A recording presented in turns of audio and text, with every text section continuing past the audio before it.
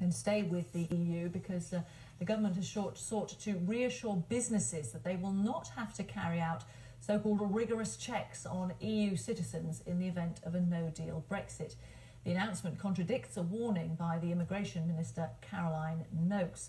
Well, Nicolas Hatton is from the 3 million, a campaign group of EU citizens in the UK. He joins me now from Bristol. Thank you very much for being with us. Just first of all, for people who aren't familiar with your group, tell us a little bit about what the 3 million is and what you stand for. Well, we set up the group in July 2016 after the referendum because we did have a voice in the vote, but it affected us more than anybody else.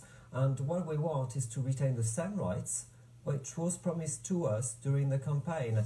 So far we have no guarantees that we will retain the same rights, and we are very concerned, along as our friends British in Europe, that these rights which actually will fall away in case of a no-deal Brexit.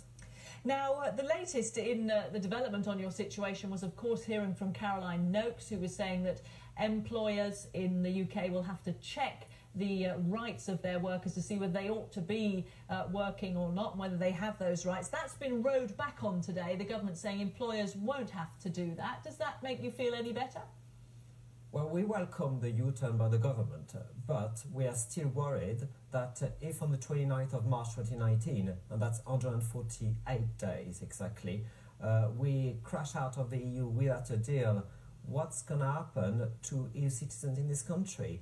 We got no certainty about the agreements that will be in place by the Home Office. We know that if there's no deal, a lot of the good content from the withdrawal agreement already negotiated will not apply, and the hostile environment will apply.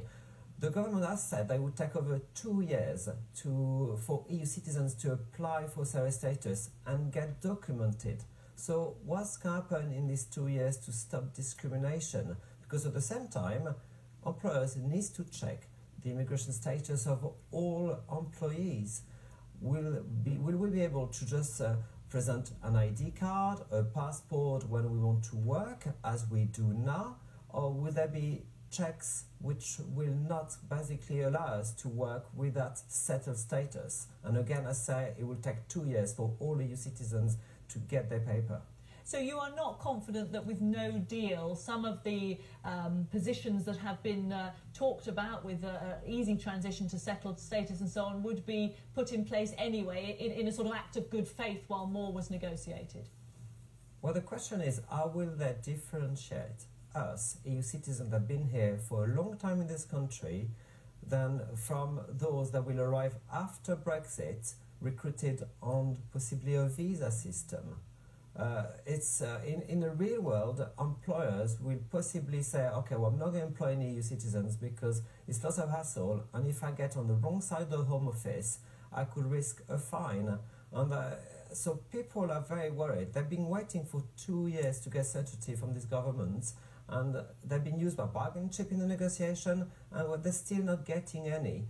They're getting at the end of their tether. I get so many messages on social media of people saying, I'm really, really anxious about my future now.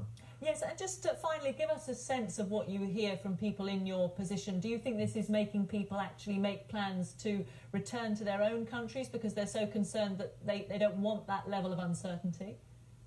I think some people might do this. There was an example of someone who worked for Euratom today that I knew was returning back to France. But I think most people are waiting. They're still waiting anxiously to see what is going to be their future. And if their future is not going to be in the UK, I think some will make a move. But it's not available to everybody. We are integrated. We've got British children, we've got British spouses, so it might not be an option. I think that the idea that free movement works freely doesn't really it's not really accurate. It's more complicated than that. I really encourage EU citizens in this country to join us on Monday in Parliament because we want to raise that with MPs and with the Prime Minister. No deal is not an option for EU citizens. And if the reality is there is no deal, then what is your best option? What are you asking for in the event of no deal to just clarify your position?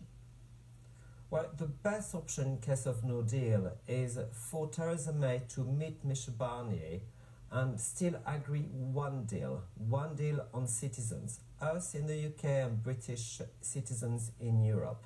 Because it can be done, constitutionally it's possible, and then that means that the no deal will mean that our rights will be protected regardless by a deal.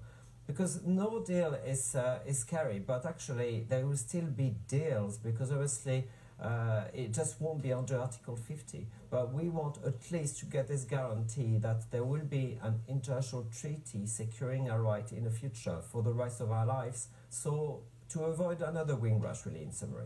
OK, Nicolas Hatton, thank you very much indeed for giving us your time this morning. Thank you.